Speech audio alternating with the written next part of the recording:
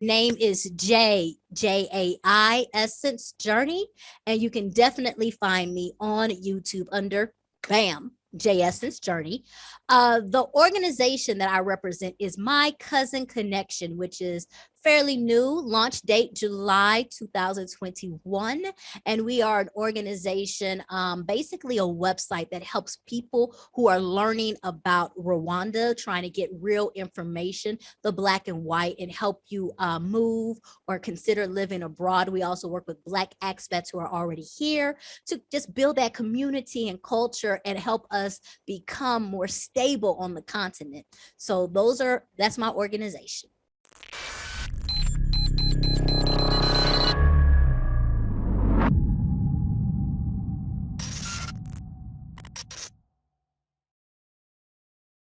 Hey, it's Kellen, and today on Diversified Game, all the way from Rwanda, J Essence Journey. You know my cousin's connections is in the building. She is going to give us the game on why she went from the U.S., where she is from, and has relocated to Rwanda, and she is making it look real nice, real beautiful. Welcome to the show. How are you doing today? First and foremost, thank you for bringing me to your platform. Hello to everyone who's just tuned in, and hopefully we'll get your ears buzzing and brewing and giving you a little bit to listen to. But I just appreciate being on this platform, and I am fine today. Baby. Awesome. And you seem to be one of those people who is always fine, inside and out. You just are like a bundle of joy. And, you know, I was trying to look into more of your history. I said, let me see if this is a relative of mine. It's just something about you that's real familiar. But for those who haven't checked out your YouTube yet, give them the brief synopsis. Why did you run to Rwanda? Because you didn't owe any child support. You didn't have any warrants out. You know, what made you say, I'm going to leave the greatest, so-called greatest country in the world and go to an African country? I'm saying you throwing the greatest country out there in the world, like that old boyfriend that you used to have, and you only had that one. So you ain't know there was a whole field of other men out there looking for a sister. You know what I'm saying? You just loyal to the one, you know, the boyfriend started acting a fool, stuff wasn't acting the way it was supposed to. You made some promises about retirement, pensions, and Social Security. It ain't coming through, sisters got to look it around and doing a whole bunch of things. So I started looking at other players in the field. So basically, though, like the serious piece was when you looked at America, and I am a person who busted tail. Like I did everything. I played by the rules, and it just seemed like it was getting harder and harder to get what was promised to me. Through the things that my parents did, through the things that my grandparents did, we were supposed to have a certain level of rights, that we're not even supposed to beg for. This isn't reparations. This was just basic living. Why can't I not get a check to meet a check? And so I was really starting to concern about retirement, because I could not do the hustle in retirement. Like, that's not what I'm supposed to do. And you look at the economy going up, and you're looking at all these things going up. And I honestly refuse, to pay Sally Mae back and still be stressed. And then, to like, just where was my peace? So I actually left first and went to the UAE. I just left America. So I didn't have my sights on any particular country in Africa. I just knew that was the direction, but I had to leave where I was from.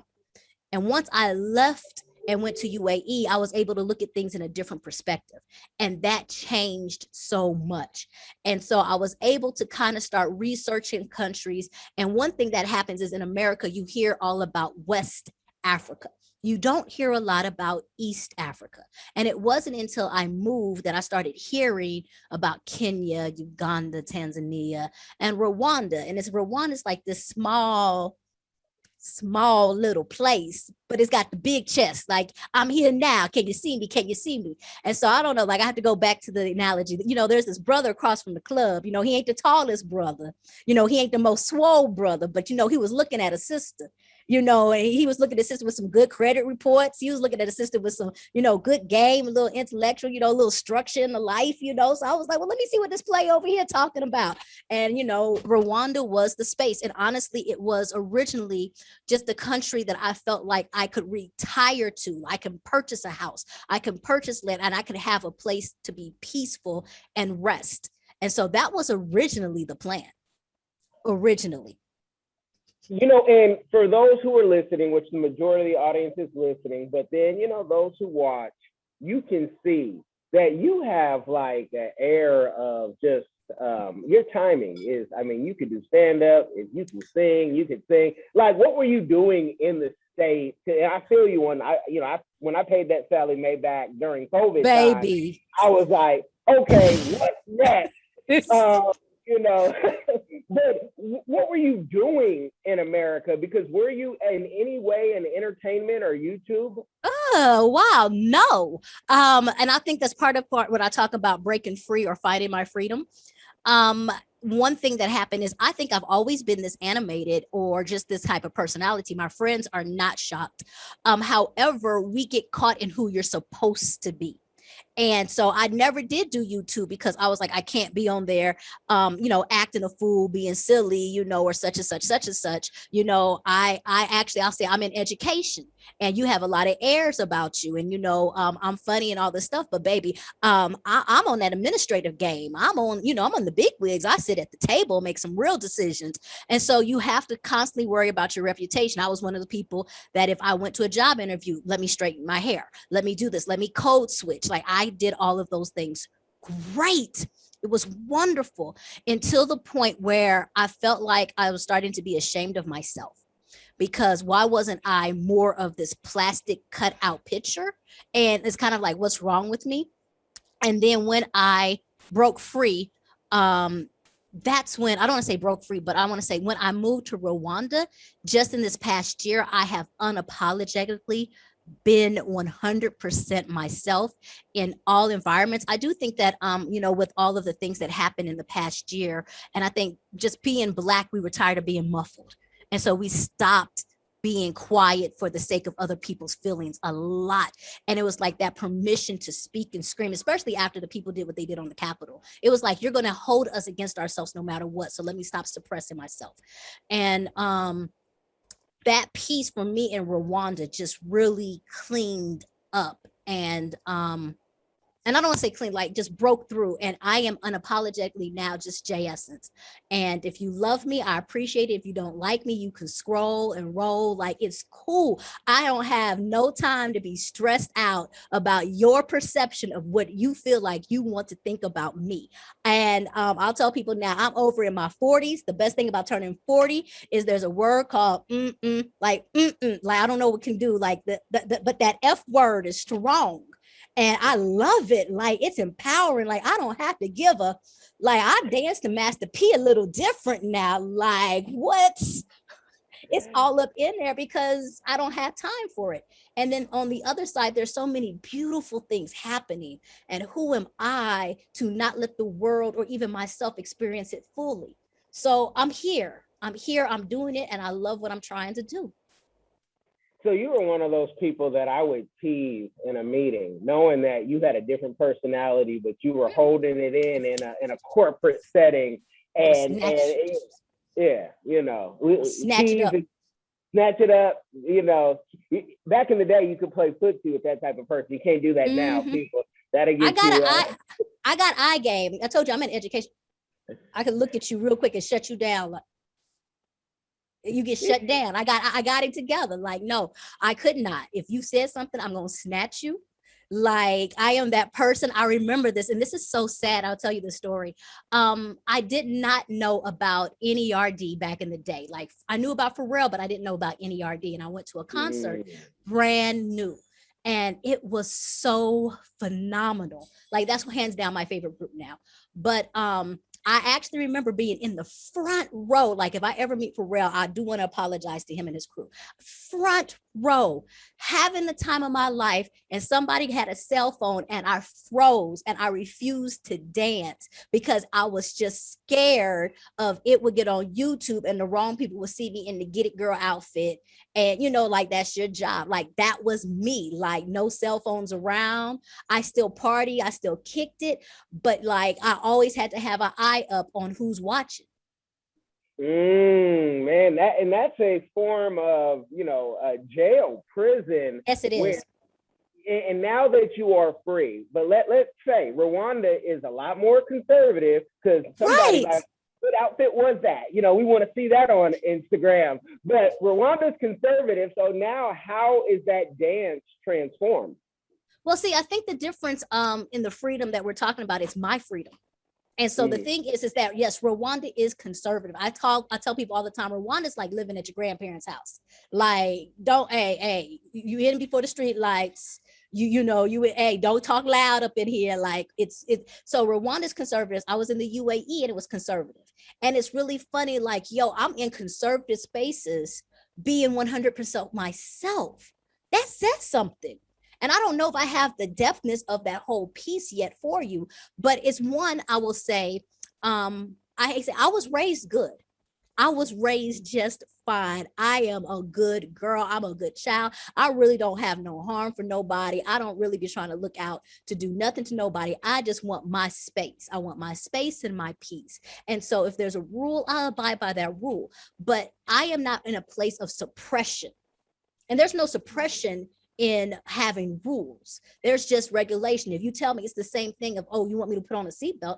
Okay, I can put on a seatbelt. That doesn't hurt me. Oh, I got to drive on the right side of the road. Okay, I can do that.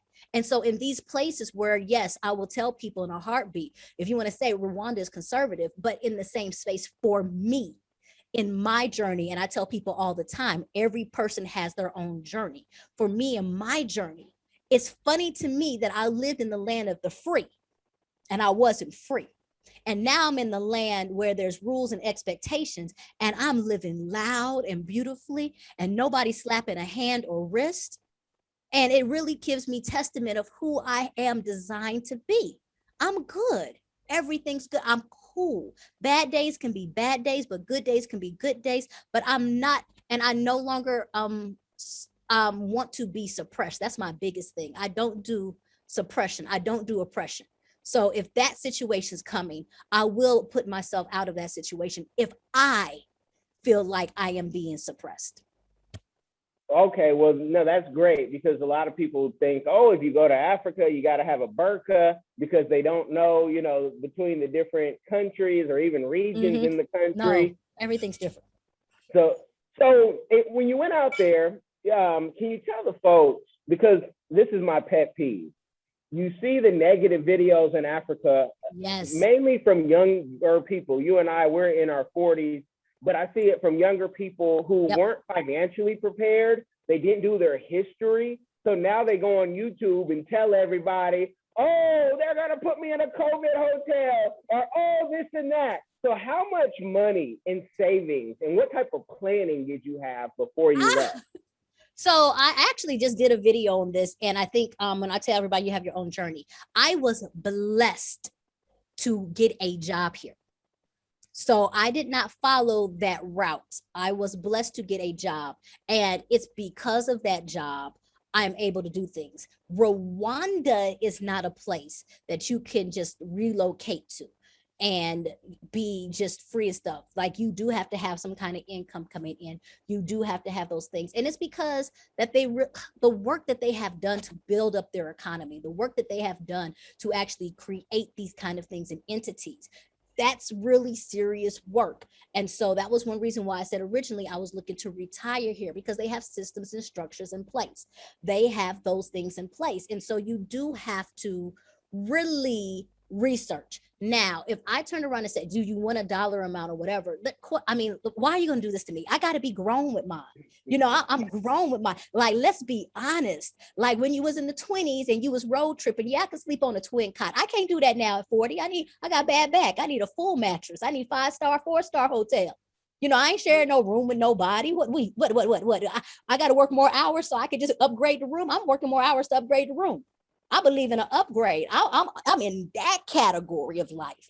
And when you're young, I do say, when you're young, you have the right to make those mistakes. The thing I will say is that while people are coming over to Africa, and I know, child, you don't have not near plan, you don't have no purpose. The one thing I do know is there's another culture of people who have let their children run around and learn. So I'm not going to knock you for running around to learn. I am going to knock you for taking your opinion and presenting it like fact. No, because you didn't plan. That was your story. You can tell what happened, but you don't turn around and put that responsibility on a continent to take care of you when you didn't know how to take care of yourself. And that's just, but that's maturism. That's learning how to be grown. That's just taking care of period responsibilities. And if I want to get into, we 40 and let's be grown, I do feel like the raising of children who were born in 70s, 80s, we were raised to be accountable for our actions. Like that's what you got when you had the after school specials all the time. That was latchkey kids. Like, you don't open the door, the chicken is out, you do this. Like, you were raised to have things done. And if they weren't done, I don't know how you did, but I know when my mama was like, I told you to do something, before I got tatted up, she would be like, well, what did I tell you to do? And I had to explain what I was supposed to do and why I did not do it before I got tatted up, and promised on how not to do it again and what amendments I'm going to make. That's training. So now when I come into a situation, I've already pre-planned the situation. I've already sat here and said these things. I've already done the worst case scenario. Let's be honest. When I snuck out the house, I already know the 3 different ways I need to get back into the house and not get caught. I had stuff set up. I had people on phone calls already ready to come back, because we were just raised in a different generational aspect. And so I don't know now, when you have these people, not these people, let me not say it like that, but our children, our younger selves running out and upset that the world hasn't bent down for them to cater to their need. And they want to blame the world instead of saying, I did not plan. I did not make a decision. I did not do these things. Just be accountable, but don't blame somebody else for what you did not do. Bars. Oh my goodness. You could put that like an Eric Thomas, Dr. Eric Thomas, quick, short. That is real talk. Because when I talk about it, people, well, Kelly, you don't understand. Or they try to say, because you live like this. And it's like, one, you don't know how I live. You assume. And I love that, because we were told, the lights come on, the street lights, you be home. Run. Answer the door when I'm not there. I don't care if it's your auntie or whoever. If I said don't, somebody can snatch you. Somebody snatching you. Yes. And so, and my mother, when she was alive, she played games where she would, she'll play it. She'll be the one knocking, but then hide and see if what you were gonna do. Right here. My mom used to do the one where it was like, don't pick up the phone if somebody call you. And then she called. And, and you'd be like, I told you not to pick up the phone. So you're going to get it when I get home. But go ahead and check the bill drawer. You'd be like, okay, I don't know. Wait, we got to put context, folks. This is before caller ID. This is before you knew who was calling you every single time. So, we have to tell that. Yeah, there was life before. There was life with the... if you hit the wrong number, you had to start all over again. You'd be like, man, like waiting for that 9. There was a blessing when your cord would even extend and you could get a longer extender. So when the cordless came through, you were like, you thought you had a car phone for a second. You get snatched up. Or somebody, like that was my mama. You've been on the phone for 10 minutes and she just unplugged the cord. So you got to talk. But you got your 10 minutes and then you'd be like, okay, because you don't pay no bills here. So you don't get to have free bill time phone. No. The person who pays the bills, that's how I was raised. The person who pays the bills get the most of everything, most airtime, most food, most whatever. So unless you put it in something into the household or you got your homework done, like that was the other thing. If it wasn't money, it was education for us. So when I finished up a good book, I was reading Malcolm X age 12, because that was what we did. Mm-hmm. Yeah, no, that's real talk. We were forced to read all of that, but being from the Bay Area, being born in Oakland, my mother being raised in Oakland, by the way, in Arkansas, she saw the Black Panther. She saw the shooting. So she would tell us, so she would tell me, you got to read this book. You got to know the real, what was going on. And folks, you say, well, why can't you be on the phone all day? Because they didn't have the click over all the time. That was an extra add-on. Right. No, that's why. I got an important telephone call coming, so you better not. Yeah, I was born in California. I got you. So, yeah, yeah. Mm-hmm. So, you know, the life has been good. You've been blessed to do something, and I argue with people with this all the time because you see on even clients of mine shows, people will come on and say, if you go to Africa, you can't get a job. And I say, no, I know people making six figures and more in Africa. That's not true. Maybe you don't have the skills, right? And I could go real, you know, I could say maybe working at Walmart, you don't have the skills that you think you could apply, but you do. But tell the people, how did you get the job? Because many people, you're the first one they're going to hear say they got a job in Africa. But I'm going to sit there and say, let me preference this. Let's go backwards. God gave me Africa in my time. And I will go back and say it is very hard to just take your skill set and find a job in Africa at the currency rate that you are used to. Mm-hmm. That's the difference. Not everybody's willing to go into an African country and make African currency and live that way. So I have to first state that God gave me my job. I do not recommend my path to people. This path was given to me, and I'll break it down. Literally, oh wow. When I went to UAE, and that was Dubai to live, I went and proved myself so hard to people who did not want to hear through my work, to the point I was almost on my deathbed. I almost died.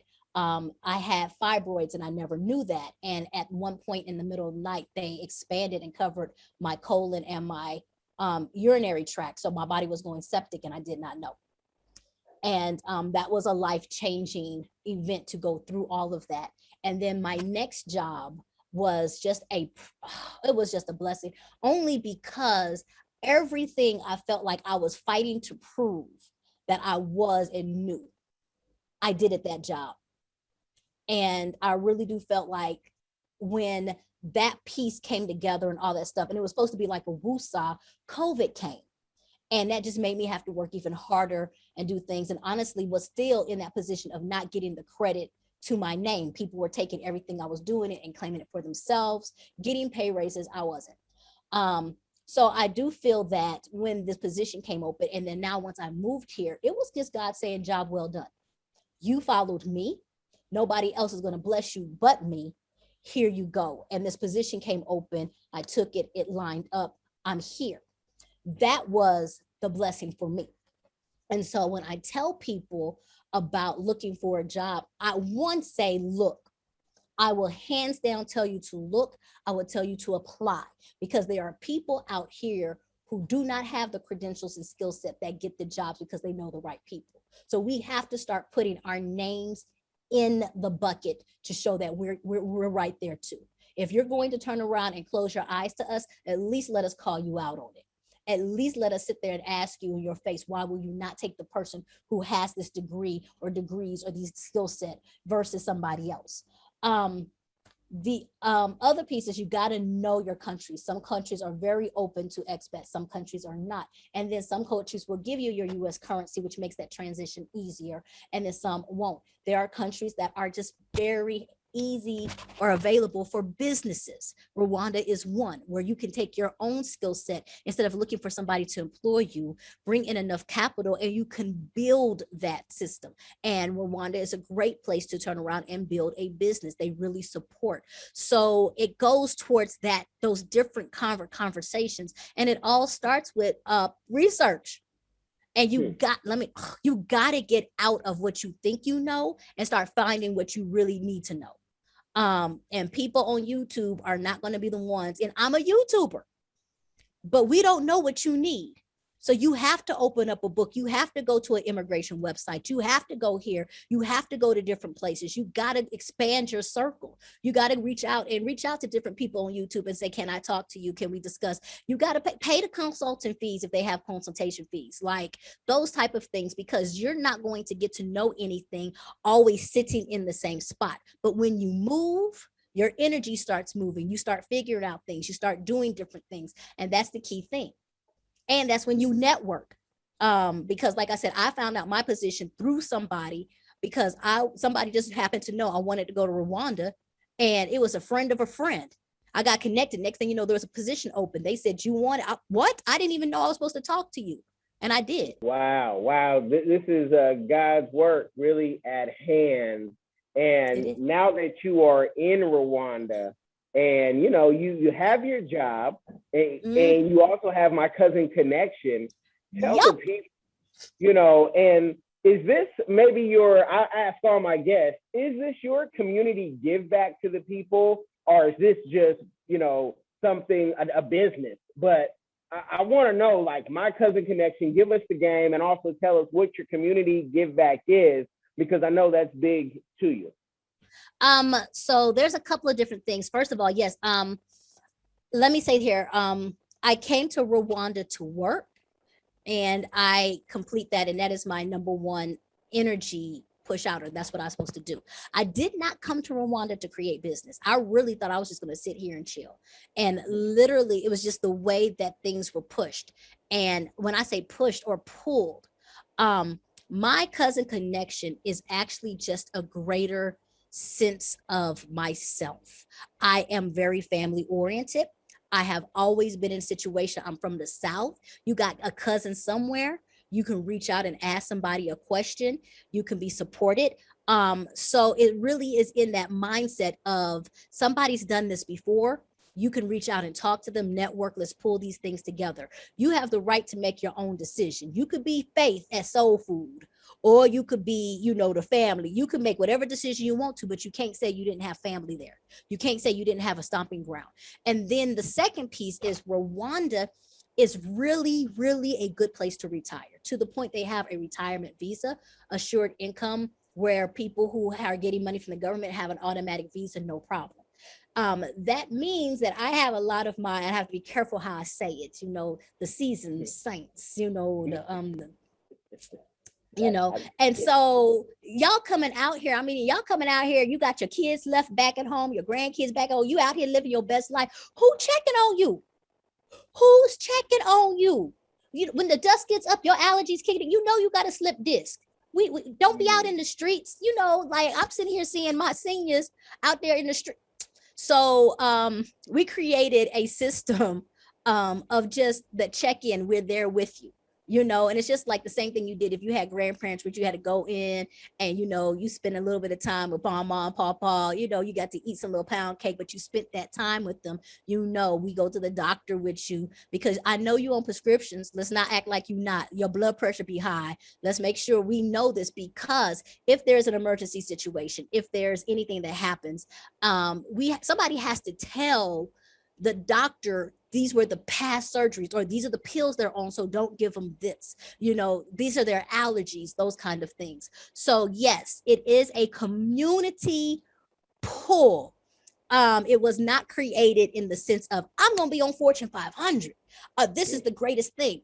The other piece of it is, for me, is that I am so grateful to Rwanda that I know I like to employ. I like to ensure salaries. How else can we ensure, poverty doesn't take over if we're not building opportunities to grow people, train them, and be able to do those things? So that's the other piece. That's the joy, is creating businesses that actually produce and put people in positions where they can actually work and do things. So I'm very dedicated on hiring locals or Rwandans and just training them in those aspects. So no, it's totally community. Not to say, because let's get this together, that is charity. Your girl, I tired. I like to eat.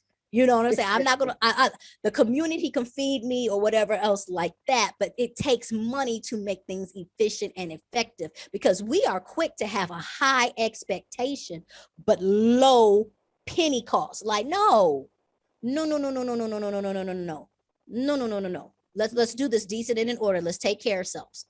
Let's do this right. You're speaking to the choir right now, because as consultants, and everybody's a consultant nowadays, people are always, well, hey, I need some help. I need management. I need this. I need that. Then you send a contract and people say, do you got anything for the $500 a month budget?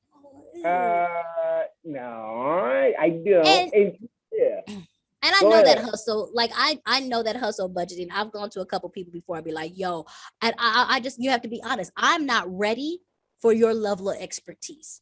And I appreciate that. I don't sit there and have to ask you to bargain down on it. I see what you do.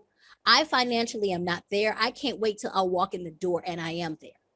But I'm not going to sit here and bargain you down or tell people, but I'm going to post you on my Instagram. It's a business.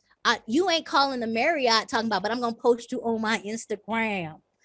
In that same aspect and energy. So no, I don't want to get it because my heart yearns to give this, and that's one reason why I have allowed scholarships to sponsor other people. We take donations, we take, because it takes things to make it run. And I'm just fortunate and blessed that the followers that I have understand, they know the need, and there's never been a question on that piece. And I stay very transparent with where money goes. And if I say there's something going to happen, it happens. I don't allow you to ask too many questions because it happens. Because that's how, like I said, I was raised. I don't know how people was raised. I was raised that your name means something. And so when people hear the name J Essence, there's a certain feeling they're supposed to have, that joy. Message. Oh, she got an album coming out, y'all. Yeah, we don't know when, but it's gonna come. In what form, I don't know, but yeah. Spitting bars. Spitting bars. Okay. Yes. Now, people see you living your best life in Rwanda. And I know on the men's side, men always ask me, even though I say I'm mature and married, with kids and all, they want to know what the dating life is. And we've brought people to Africa, and I've seen people wild out, ready to go to the clinic the next day, right? How has dating been? Because African men, they could be ready to get married day one, but you got to find that right one. Bride price and all. You got a whole ceremony ready, but hold on. We got to get some things together. I'm an American. This is how I was raised, and this is who I am at 40 years old. So how has the dating life been? You're going to get me in trouble. You're going to get me in trouble. You're going to get me in trouble. I gotta be quiet. I can't say everything I want to say. And I only say that because one, I'm in a conservative country. So I'm just gonna sit there and say, and watch, there's gonna be probably about 4 people on my door knocking later, like, how you gonna say that? I don't think I'm in a swagalicious country. I'm in a very purposeful country. So the temptations that can just come, I'm not there. And I think also my focus is a lot stronger. And then now I'm going to go into some deepness with dating. Okay. I'm not 20. I'm not 30. Your abs, I like looking at them, but they don't help you make a decision. And now you're talking to a sister who, if my mind gets messed up because I'm with the wrong brother in the wrong place, it messes somebody else's salary up. It messes up somebody else's job. So my mind's got to stay steady and strong. So the other piece of it is on this side, there are certain things I must know. I know that whoever is going to love me or be with me or date me is going to have to see me through some very hard times in my life, because both of my parents are able. And there's just different kind of conversations that's going to have to be had, which takes a level of maturity. So that stops just running around the streets to live your best life. Like, I know the difference between me going out and having fun and somebody who's fun versus somebody who's full time. And I also know the difference of what that takes and looks like. So if you want to date, you can date. If people are asking that question, it's a beautiful place. If you want to ask me, I actually am not dating. Because I like what I'm doing, and I am so excited about seeing how far I can go, that I know that I want to be selfish doing that and not necessarily giving into somebody else. And that's okay. I can have that conversation now. I can tell a brother that if you're going to come talk to me, I love you for what you're doing, but you got to do you, because I'm going to do me. And I've been cheering me on for a long time. And I'm good at cheering me on. So you could cheer you on But if you want to take some of my cheering and make sure it's your responsibility to give it to you, I really ain't there right now because I haven't gone as far as I need to go yet. So now there might be some brother coming down and gonna change all that around, and you see me in 3 months, you're gonna be like, I thought she said I'm I made a mistake.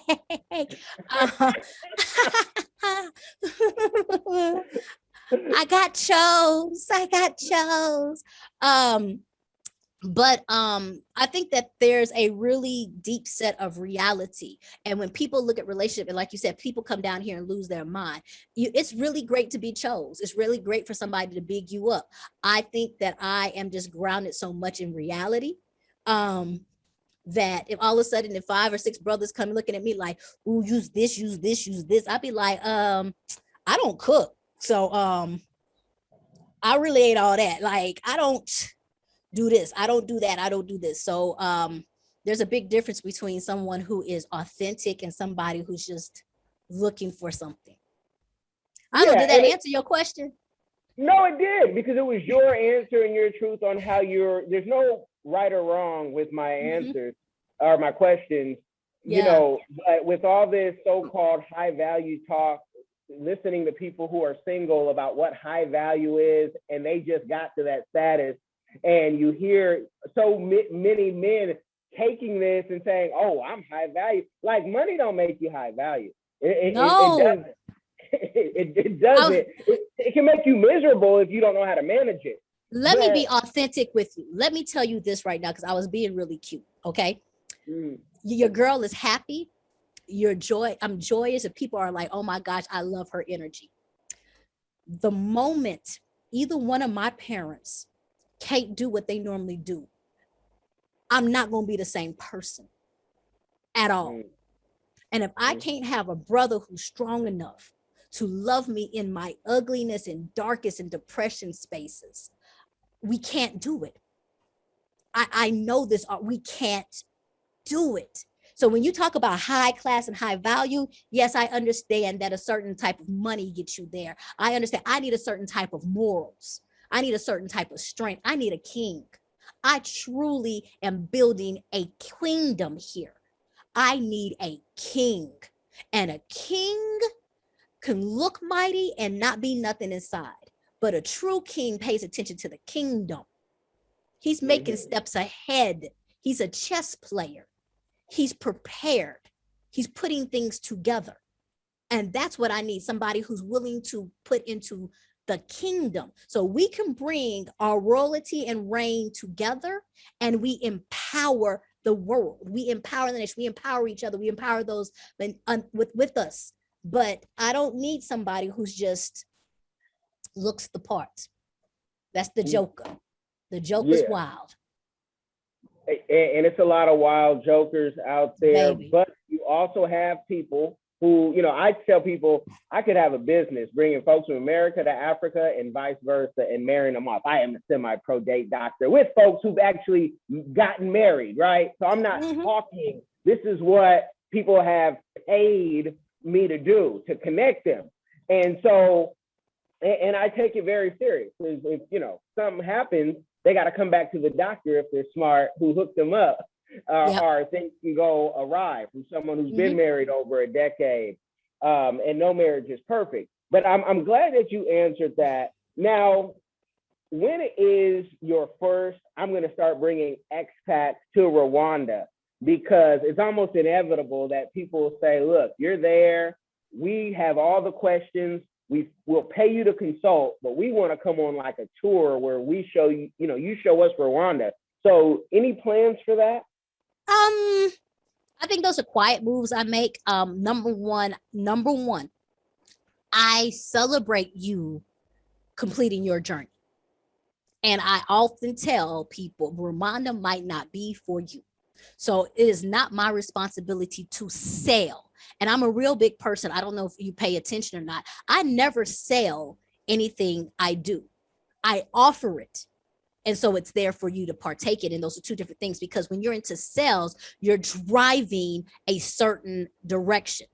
I don't have a stake in what you do or not, but I'm here for you to do it. So then we talk about, do I bring people over? I am available, and I don't know how to answer that because I think there's like 6 or 7 people who are listening like, yeah, you brought me over. And I'm like, no, we talked. You made your decision. I just put things in place to make sure that your decision was solid. Like, I didn't bring you over. You got a space. You made your decisions. And they're going to be like, nah, that was her. Like, that's that piece. We do provide with My Cousin Connection for Rwanda, like a setting up services. Like, if you come in, we'll help you get your bank account, we'll help you get your Momo, we'll help you get your things, we'll help you figure out which visa, we'll even put in the paperwork and go in with you and all that stuff. We will help you get set up. We will not leave you alone. We will not strand you. I've had a couple people who've come in who just like, yo, sis, I didn't make a good decision. I can give you 2 days in a very quiet place so you can figure it out. And we can sit here and have a conversation. We can talk, we consult. I think that you kind of just put me on the spot because it's like J Essence, Travels is here. And I'm going to say this because I am wise enough to know I don't know everything. So even though I'll be like, nah, that ain't happening. No, that ain't happening. 6 months, it might happen because I do like answering problems. That is what I do. I solve problems. And so for people who are having a problem or whatever, if that's a need, so be it. We'll put it in place. We'll set it up. We'll make what happens. But at this point in time, I let you make your own decision. Now I'm here and I do consulting. And we talk and we have My Cousin Connection and emails are there. All of those things happen. I have Zoom calls where we all come together and discuss different things. We have Black Card Revoke nights and we just party and have fun on, Zoom. Like I said, we meet each other and get to know the family. But yeah, I'll keep on saying, let me be quiet on the butt. You might be saying something. Like I said, 3 months, you might be like, J Essence, there you go. Go ahead. Get them over. Get them over. Honestly, I'm just setting you up, and it's a gift, so we try not to abuse it. But it is definitely the setup, and off air, I'm going to show you why and how. But this part, you guys, I'm not going to ask everything that you want to know because I want you to go to her YouTube and I want you to binge watch the YouTube.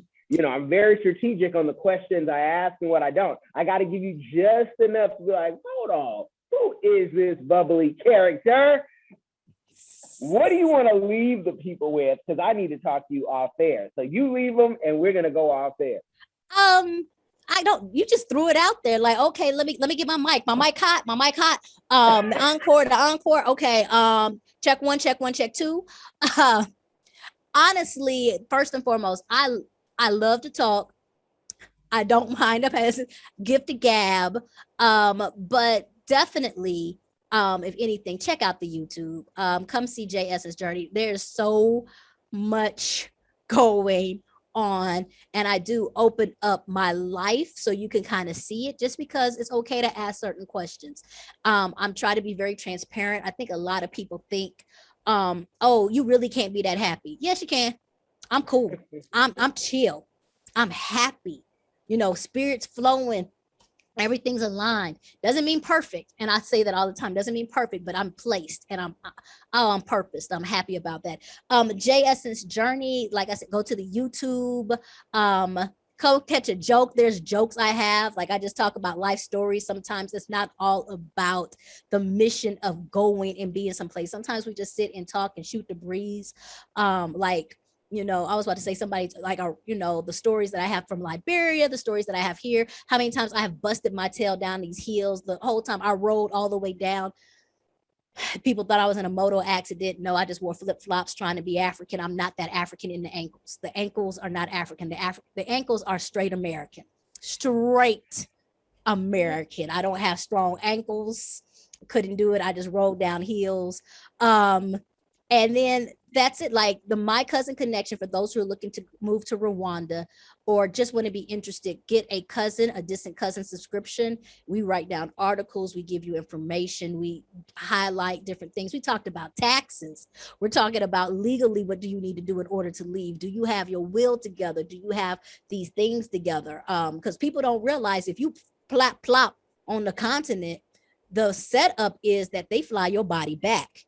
And that can be a good 15 to 20 grand just to put your dead tail on the plane.